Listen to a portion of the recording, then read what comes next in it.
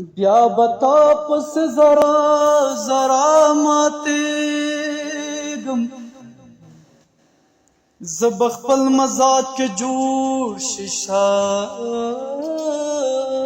شیشه شم نن د زلفو راته وکړلې خبرې چې بس تا د هر غزل ریشه شم زه به داسې خاطرې در سره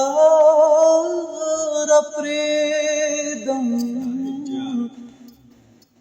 چې په یاد کې د دې رات تر همیشه